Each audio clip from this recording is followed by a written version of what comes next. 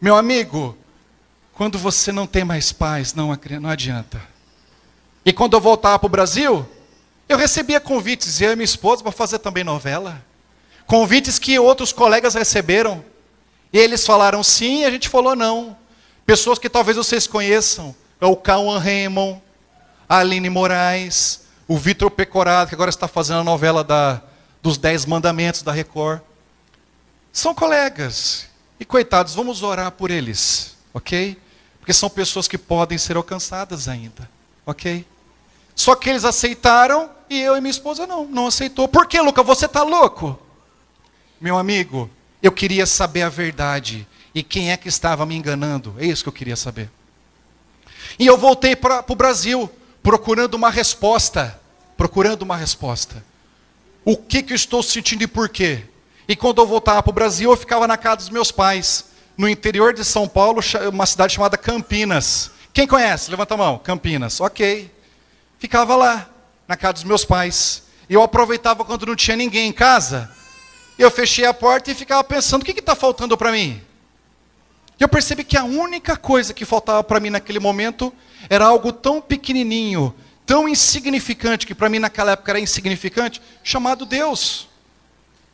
Eu pensei, será que é isso? Não é possível. Mas eu estava tão desesperado pela verdade, que eu falei, quer saber? Deus, se é você que está fazendo essa diferença na minha vida agora, e se você existe de verdade, eu preciso de uma prova. Aparece para mim. Senão, eu não vou acreditar. Você viu que eu deixei muita coisa lá para trás. Eu preciso ter certeza. Eu não quero mais ser enganado. Eu não quero mais ficar na mão de pastor, padre, pai de santo. Eu quero ter certeza que você existe. Sem mentira, sem manipulação. A verdade aparece para mim. E nada. E dia após dia eu fazia essa mesma oração. Até que finalmente eu pensei, se Deus existe, e eu estou fazendo tudo certinho, por que Ele não aparece para mim? E eliminando as possibilidades, eu pensei, quer saber? Eu acho que Deus não aparece para as pessoas em casa. Eu acho que Deus só aparece para as pessoas na igreja. E foi o que eu fiz, eu fui na igreja. Eu estava desesperado, eu queria saber a verdade. Chega de mentira. A primeira igreja que eu entrei foi a igreja Adventista do Sétimo Dia. E eu entrei, sentei no último banco. E ali eu falei, Deus, se você existe, se essa aqui é a tua igreja, de verdade, aparece para mim. Se você não aparecer, eu não vou acreditar. Você me conhece? Aparece para mim. Eu preciso sentir alguma coisa, um arrepio, um sussurro, um vulto, senão eu não vou acreditar. Você me conhece? Aparece para mim. E nada. Saía pior do que tinha entrado na igreja. Sem esperança e me sentindo enganado ainda. E aí durante aquela semana eu fiquei pensando, por que será que Deus não apareceu para mim? Porque eu fiz tudo certinho, eu estava lá na igreja, naquele momento, por que não apareceu para mim? E eliminando as possibilidades, eu pensei, quer saber? Eu acho que Deus não aparece para a turma do fundão. Nada contra. É que eu era da turma do fundão na escola. E era terrível. Ok? Crianças, não façam isso, hein? Isso é terrível. Jesus não gosta disso. Mas eu pensei, deve ser isso? Deve ser isso. Semana seguinte, eu voltei à igreja Adventista do Sétimo Dia e sentei no primeiro banco, na cara do pastor. Aí eu falei, é agora. Deus, se você existe de verdade, essa é a hora. Eu estou aqui, ó, na cara do homem. Essa é a hora. Aparece para mim. E nada acontecia. Eu saía pior do que tinha entrado. Aí comecei a fazer, eu comecei a passar por várias denominações cristãs. Várias. Semana após semana eu estava em uma diferente, uma igreja diferente. Católica, pentecostal, todas elas. Eu fui passando, e em cada uma delas eu entrava e falava, Deus, essa aqui é a tua igreja? Aparece para mim. Eu preciso ter certeza, aparece para mim. E nada. Uma após a outra, nada. Até que finalmente, meu amigo, eu desisti. Eu falei, quer saber? Essa coisa de Deus é uma enganação. Deus não existe. Não existe. O povo está sendo enganado por esse pastor louco bandido. Eu falava. E eu não gostava de pastor. Eu tenho que ser sincero para vocês. E ainda sou meio velho com eles, tenho que ser sincero. Mas eu não queria mais saber disso. Eu falei, quer saber? Eu acho que eu estou com depressão. Eu vou tomar um remedinho e vou voltar para Nova York. Não é isso que a gente faz? É exatamente isso que a gente faz. Eu estou com depressão. Eu vou tomar um remedinho e eu vou embora, de volta para Nova York. E foi o que eu fiz. Eu comprei a minha passagem de volta para Nova York. Iria voltar daqui 2 semanas. Só que, meu amigo, eu já estava tão acostumado a ir à igreja todo final de semana, que eu falei, quer saber? Eu vou de novo na igreja. Não estou nem aí para a religião, para Deus, para Jesus. Eu estou acostumado a conhecer algumas pessoas legais, eu vou voltar na igreja. Você conhece gente assim ou não? Você conhece gente que está hoje aqui nessa igreja por costume? Não sabe nem o que está fazendo aqui. Só sabe que de forma sobrenatural, o terno desse cidadão saiu do armário flutuando, vestiu o rapaz dormindo e trouxe ele para a igreja. E ele só percebeu quando ele sentou e falou, o que eu estou fazendo aqui? Não é assim? E o vestido para as mulheres, né? Não sabe o que está fazendo na igreja, está perdido. Perdido. Eu fui novamente assim para a igreja. Por costume. E parece que para fechar o ciclo, eu voltei à igreja adventista 7º dia. Só que dessa vez eu não sentei nem no último banco e nem no primeiro. Eu sentei no meio. E ali eu fiquei ouvindo aquele pastor falar. E olha, quanto mais aquele pastor falava, quanto mais ele falava, mais raiva eu sentia dele. Mas eu sentia tanta raiva daquele pastor, tanta raiva, que a minha esposa me conhece. Ó. Eu levantei do banco e fui pegar ele no púlpito. Eu tinha um vício muito feio. Eu gostava de brigar com pessoas na rua. Eu era uma pessoa que não tinha muita paciência. Eu não sei se tem pessoas assim aqui também. Pessoas que acordam pela manhã, principalmente os homens, né? Acordam pela manhã, entram no carro, colocam o capacete e parece que está dentro do tanque de guerra. Você conhece gente assim ou não? Anda pelas ruas, parece que está dentro de um tanque. Já ouviu ou não? Esse é o teu marido, teu namorado?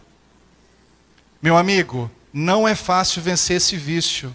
Não é fácil. Eu viajava ao mundo brigando com pessoas. Olha que terrível. E olha, eu quero que vocês orem pelo meu pai. Porque ele, durante a minha infância, ele ensinou muita coisa que não prestava para mim. Infelizmente, o meu pai não é da igreja. E ele me ensinou muita coisa que não prestava. 2 delas são essas, ó. A primeira, nunca levar desaforo para onde? Para casa. E eu colocava isso assim, ó, com felicidade na minha vida. Quando aquele pastor falava daquele jeito, eu falei, o quê? Não. A segunda coisa que ele me ensinou, que é terrível, coitado, é que nessa casa não se entra segundo lugar. Nessa casa só se entra primeiro. O segundo nessa casa não presta. Você sempre será o melhor. Sempre será o mais rico, o mais bem-sucedido, em qual carreira que você quiser. Eu estava sendo construído para ser o melhor. E eu ia ser. Só que no meio do caminho, meu amigo, Deus tocou na minha vida. E aquele homem, aquele pastor, não era isso que ele falava, viu? Não era isso que ele falava. Era como eu entendia, era isso aqui, ó. Que era pecado ser rico, era pecado usar joia, que era pecado isso, que era pecado aquilo. E quando esse homem, veja, não era isso que ele falava, viu? Era como eu compreendia. Quando ele falou que era pecado ser rico, eu levantei e fui pegar ele no púlpito. Eu falei, o quê? E quando eu levantei para pegar ele no púlpito, a minha esposa, uma mulher de Deus, um anjo na minha vida, me pega pelo braço e fala, onde você foi? Onde você foi? Senta aqui. Nenê, mas olha o que ele está falando, Nenê. Ele não pode falar isso. Ele está ensinando o povo a ser pobre. O povo não pode ser pobre, o povo tem que ser rico. Só porque esse pé rapado quer ser pobre, todo mundo tem que ser? Não, está errado. Senta aqui. Senta aqui. Aí a gente senta, né? Senta. Mas você fica um cara emburrada. Não gostei. E aí eu tô lá me controlando e minha esposa segurando o meu braço, porque ela já tinha visto várias. Ela sabia o que ia acontecer. Eu ia rolar com ele numa briga, eu não estava nem aí. Não ia ser a primeira vez, mas não ia ser a última. Ia ser divertido até. Terrível. E eu sentado lá, emburrado, aquele pastor falando. Mas eu falei, quer saber? Eu conheço o sistema dessa igreja. Eu sei que esse homem vai ter que parar de falar e vai ter que andar aqui no meio da igreja para ir lá na porta. Na hora que ele passar aqui, eu vou levantar, eu vou pegar ele. Olha que terrível. Que terrível homem que eu era. E a minha esposa foi relaxando assim o braço, sabe, a mão, aí foi soltando o meu paletó, foi soltando assim, eu cruzei os braços e falei, pronto, e agora? Está feito. Esse cidadão hoje vai ser pego. E não deu outra. Acabou-se o culto, ele passou aqui no meio da igreja, e na hora que ele passou por mim ali, eu levantei, pulei para cima dele e falei, eu não falei para você quem que é o pastor, né? Eu não sei se vocês vão conhecer aqui. Quem conhece o pastor Ivan Canhadas? Levanta a mão, deixa eu ver. Olha que legal, vocês conhecem? Levanta bem alto. Tem gente aí em cima, conhece ou não? Não, né? Olha, deixa eu explicar uma coisa para vocês. Não desperdicem a sua tarde. Chega na tua casa, coloca lá no YouTube, pastor Ivan Canhadas. Vai ouvir esse homem falar. Eu vou te explicar uma coisa. Eu viajo o mundo dando palestras, o mundo. E eu conheço literalmente centenas de pastores. Mas olha, como esse homem, sinceramente, eu não conheço. Esse homem é um homem de Deus de tal forma que eu fico pensando assim, ele só não está sendo arrebatado. Você conhece esse tipo de homem? Ele só não foi arrebatado ainda porque está se segurando porque tem uma obra para fazer ainda, sabe? Que era para estar no céu já. Esse homem é um homem de Deus. Esse homem, olha, nos casou, nos batizou, é um homem especial. Mas naquela manhã eu ia pegar ele. Estava pronto. E quando ele chegou ali na minha frente, eu pulei para cima dele e falei, é Ivan, né? Ivan, eu uso 2 brincos aqui. E eu usava 2 brincos aqui na época. Tem um furinho até hoje, ó, que não sai. Mais de 10 anos, não sai o furinho do brinco. Eu olhei para cá e dei os 2 brincos aqui, ó. Por causa disso eu não vou para o céu? Ah, meu amigo, eu estava esperando um azinho torto daquele pastor. Só para ser divertido. Eu ia pular para cima dele. Mas só para ser divertido eu queria que ele resmungasse alguma coisa. Sabe assim? E eu esperando. Por causa disso eu não vou para o céu? Você imagina a igreja. O pessoal do púlpito atrás do pastor. O pastor olha finalmente para mim e me arrebenta. Ele olha para mim e fala assim, não é assim, meu filho. E ele começa a falar, e veja, eu não lembro de nenhuma palavra que esse homem falou para mim aquela manhã. Não lembro. Eu só sei que, não tem como explicar para você de uma outra forma. Era exatamente aquilo que saía de dentro daquele pastor, era exatamente aquilo que eu estava procurando há muitos anos. Eu não estava prestando atenção no que estava, mas eu sabia que era aquilo. Não tem como explicar para você, meu amigo, não tem como. Eu fiquei tão atordoado com aquele homem falando que eu virei as costas e fui embora para minha casa com ele falando ainda, fui embora. E aí cheguei na minha casa e eu não consegui voltar para Nova York. Eu não consegui. Porque ele não saía da minha cabeça.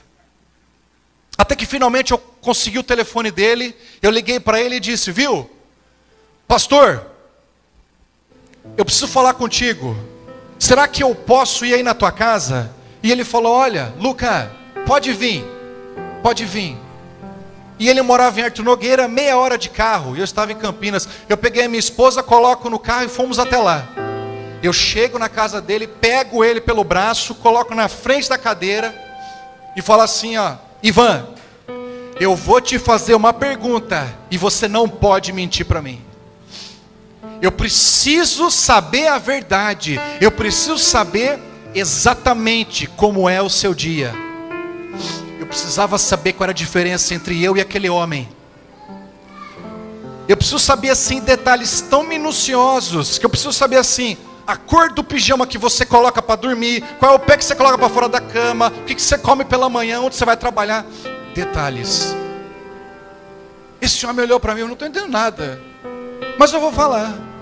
E ele falou, e falou, e falou, e terminando, tirando as suas variações normais, eu percebi que a única diferença entre eu e aquele homem era que ele acordava pela manhã, antes de tomar o seu café da manhã, o seu de jejum, ele ia lá, lavava o rosto, tomava um copo d'água para realmente acordar, voltava para sua cama, ajoelhava, abria o coração a Deus, falava com Deus e estudava, não lia, estudava um capítulo da Bíblia e aí sim seguia para o seu dia.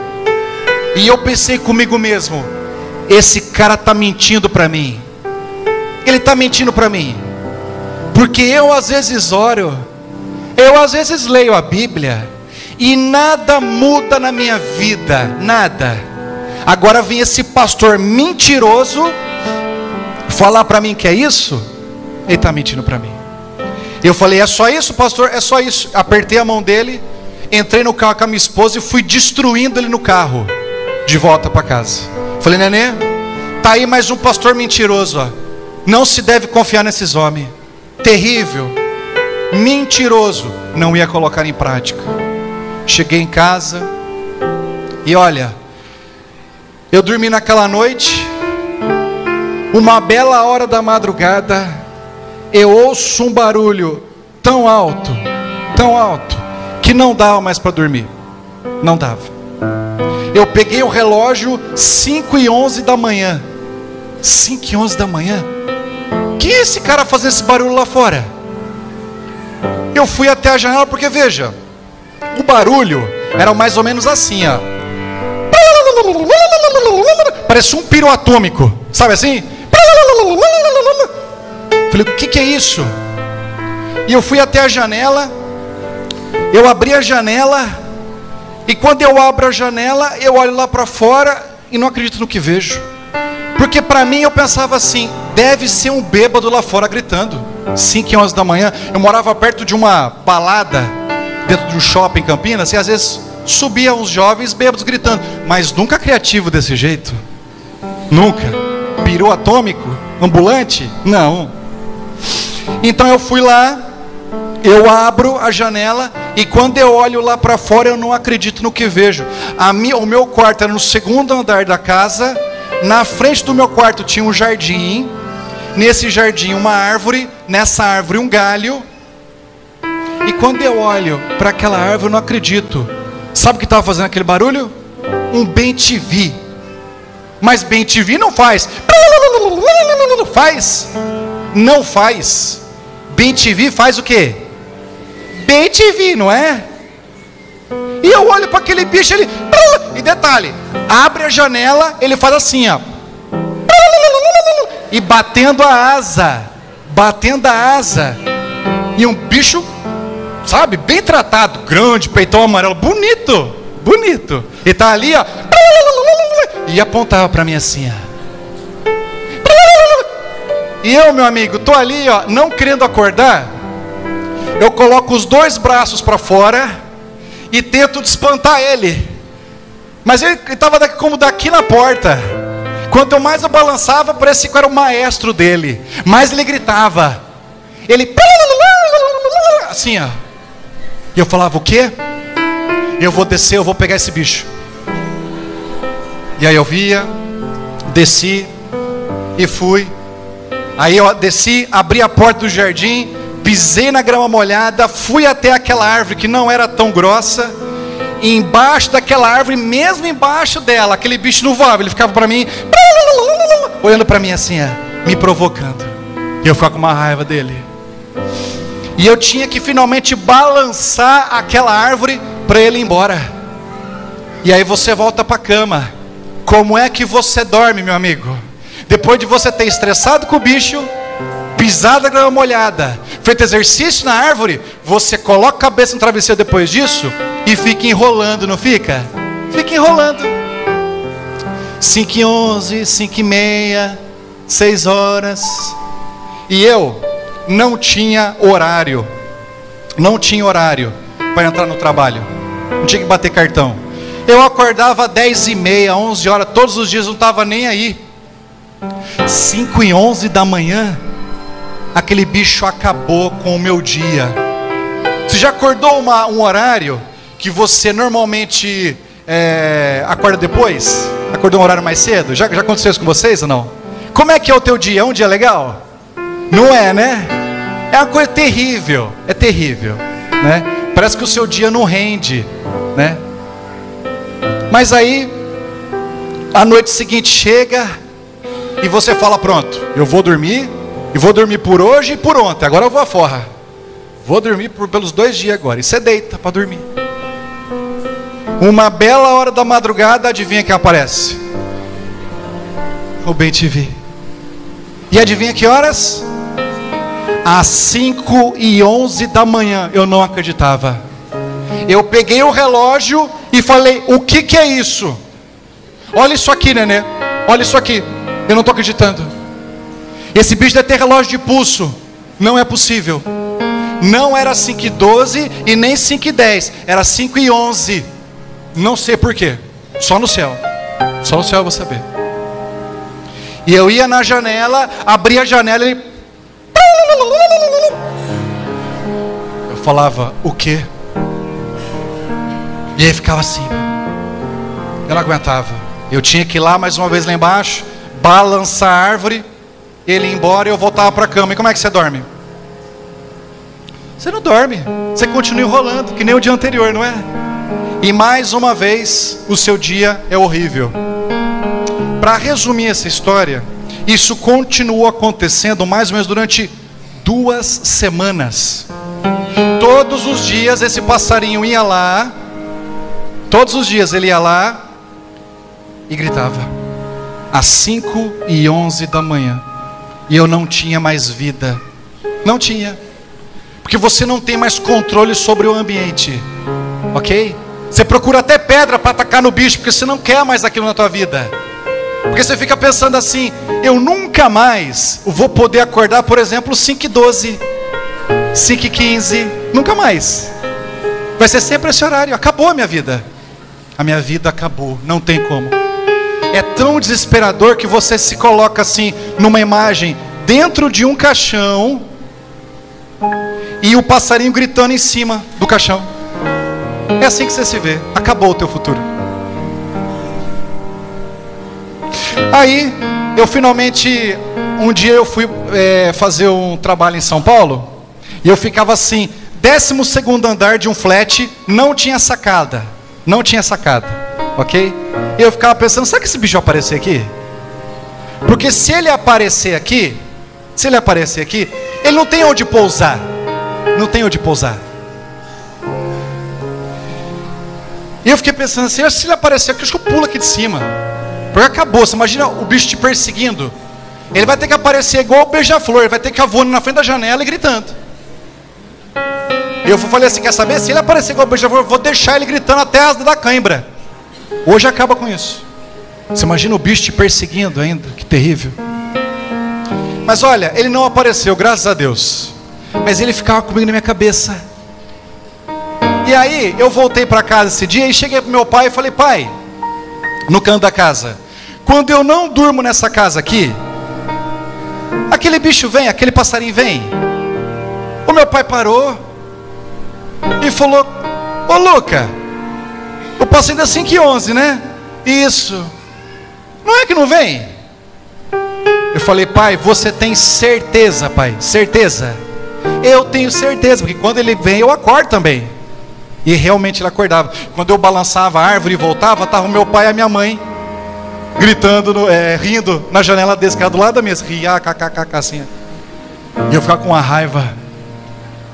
E aí eu não acreditei. Eu fui até a minha mãe do outro lado da casa: mãe, quando aquele passarinho vem, quando eu não durmo aqui nessa casa, aquele passarinho vem. A minha mãe parou, falou: Luca, não é que ele não vem? Falei: mãe, você tem certeza, mãe? Certeza, pensa direitinho. Não vem não, Luca. Que coisa, né? Eu não acreditei. Falei: não, pronto, esse bicho não vai voltar mais. Dormi feliz naquela noite. Adivinha quem aparece? O passarinho. Adivinha que horas? Às 5h11 da manhã. Eu não acreditava. Eu não aguentava mais, eu não tinha mais vida. Eu ia lá, abria a janela, ele bicho. Não aguentava mais. A minha vida tinha acabado. Aí eu tinha que ir lá, balançar mais uma vez a árvore. Só que dessa vez eu nem olhei mais para ele. Dessa vez ele foi embora. E aí eu voltei para minha cama. E eu falei assim: quer saber? Eu não tenho mais vida. Acabou, eu desisti. Depois que o pastor Ivan falou que eu tenho que fazer, eu não estou fazendo. Esse bicho começa a aparecer aqui. Não é possível. Não é possível. Eu vou ajoelhar aqui, alguma coisa vai acontecer. E aí foi o que eu fiz. Eu fiz diferente aquela manhã, sabe? Eu ajoelhei e falei assim: Deus, se é você que está mandando esse passarinho aqui, por favor, pede para ele parar. Eu não aguento mais, eu não tenho mais vida. Ou se não, aparece para mim. Eu não sei se você já fez aquela oração que você tem certeza que você vai ver alguma coisa sobrenatural. Quem já fez essa oração, levanta a mão, deixa eu ver. Olha lá, ó. Levanta mais a mão, deixa eu ver os curiosos. O povo é curioso, não é só eu, tá vendo? O povo é curioso, é normal. Só que daí você pede para ver e abre o olho assim, ó, aparece para mim. O coração já está na garganta já, 1000 por minuto. E dá uma olhada em todo o quarto, porque você tem certeza que você vai ver, você está pronto. Você vai ver e vai morrer. E nada, não vi nada. Aí eu pensei: quer saber? Deve ter um anjo embaixo da cama, eu vou lá ver. E foi o que eu fiz. E a minha cama tinha uma sainha. Então eu fui lá, peguei a sainha, fui levantando e o coração voltou a bater forte. Nada. Não vi nada. O dia se passou, a noite seguinte chega, nós dormimos. Adivinha quem aparece? O passarinho não apareceu. Mas adivinha que horas que eu acordei? Às 5h11 da manhã eu fiz assim, ó. Pum. E meu amigo, não é que você fica esperando o bicho. Você fica esperando o bicho. Você pega o relógio 5h11 e fala: o que aconteceu? Será que o relógio de pulso dele quebrou? Será que ele pegou trânsito? Ele deve estar lá fora e deve estar quieto. Eu vou lá ver. Aí eu fui, levantei, abri a janela, olhei lá para fora e nada. Esse passarinho nunca mais apareceu em casa. Nunca mais. E eu, meu amigo, nunca mais voltei para Nova York. Nunca mais. Você sabe por quê? Porque eu tinha encontrado aquilo que eu tanto estava procurando. Eu tinha encontrado, meu amigo, a felicidade. E eu sei que existem pessoas aqui que já falaram: eu não sou feliz, eu não sei como ser feliz. Eu vou explicar para você levar para o resto da sua vida, porque eu era uma dessas pessoas. Felicidade não é sentimento, nunca foi e nunca será. Felicidade é uma pessoa, e o nome dela é Jesus. E meu amigo, quando Ele olha para você e fala para você sinceramente, com a voz mansa, tranquila, e fala: meu filho, vem, segue-me.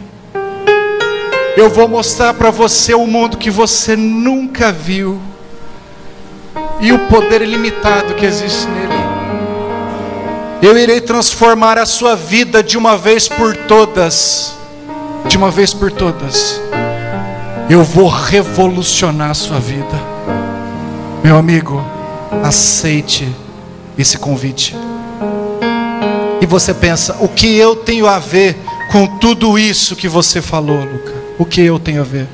Você tem tudo a ver, tudo. Jesus está aqui hoje, querendo te usar e participar da sua vida. E você semanalmente foge da presença de Deus. E acha que o fato de vir à igreja todo sábado irá te salvar. Eu estou aqui de uma forma muito clara e carinhosa te falando: você não será salvo. A menos que você mude a sua vida, aceite o convite e permita que Deus te transforme de verdade. Não venha nessa igreja, porque isso aqui é só uma consequência dessa comunhão diária. E para acabar, eu quero ler um texto, e eu quero que você preste muita atenção nesse texto. Esse texto está em Patriarcas e Profetas, página 165. Preste atenção no que ele está desesperadamente a falar para você hoje. Desesperadamente. Ele, o Senhor Deus, clama aos errantes: tornai-vos para mim, e eu tornarei para vós. Mas se aquele que vagueia recusa persistentemente atender a voz que o chama com amor compassivo e terno, será finalmente deixado em trevas. O coração que durante muito tempo desdenhou a misericórdia de Deus, torna-se endurecido no pecado, e não mais é suscetível à influência da graça de Deus. Preste atenção nisso agora.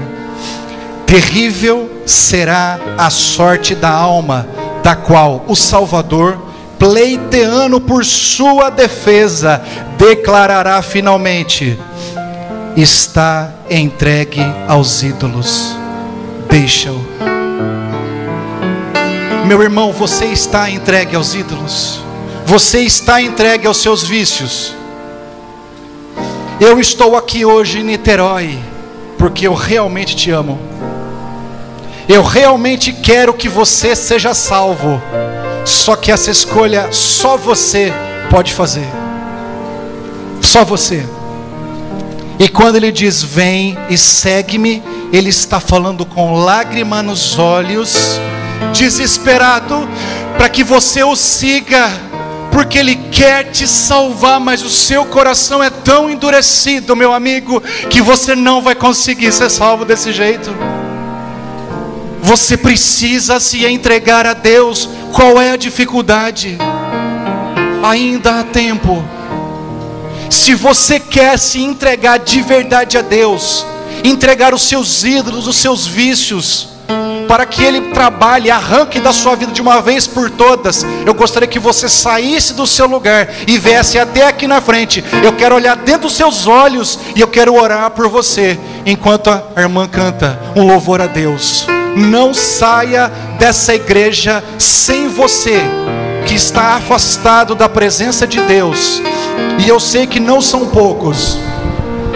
Venha até aqui na frente, é importante, e você sairá daqui pronto para ser transformado, meu amigo.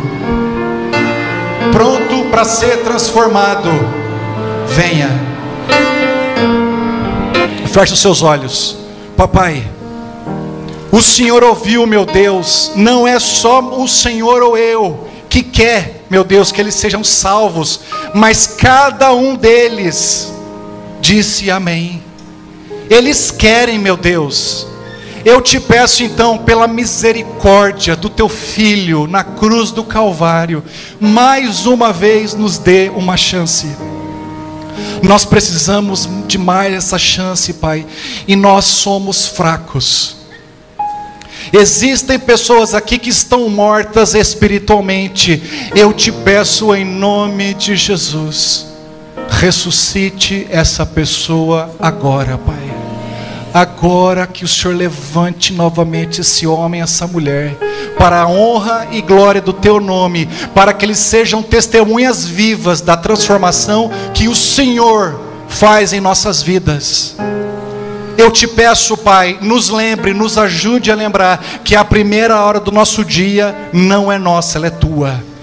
Nos ajude a lembrar que amanhã pela manhã nós possamos nos levantar antes do de jejum, possamos ir à tua presença, abrir o coração ao Senhor em oração e estudar um capítulo da tua palavra, e que o Senhor caminhe conosco durante todo aquele dia, e que o Senhor possa mostrar às pessoas que precisam ouvir a verdade de que o Senhor em breve voltará. E nos use, Pai, nos use para falar essa verdade para as pessoas. Transforma nossas vidas. Nós não queremos ficar aqui nesse planeta, Pai. Nós não queremos, nós temos saudade de casa, temos saudade do Senhor. Transforma as nossas vidas de uma vez por todas. Impeça que o inimigo venha nos influenciar novamente, e que o teu nome sempre seja honrado e bendito em nossos lábios. Transforma nossas vidas e nos cure de todas as nossas doenças. Esteja conosco durante todo esse sábado e nos permita sentir a tua presença ao nosso lado, e que nós possamos ouvir os teus passos, Senhor. Esteja conosco hoje e sempre. Tudo isso eu te peço em nome de Jesus. Amém.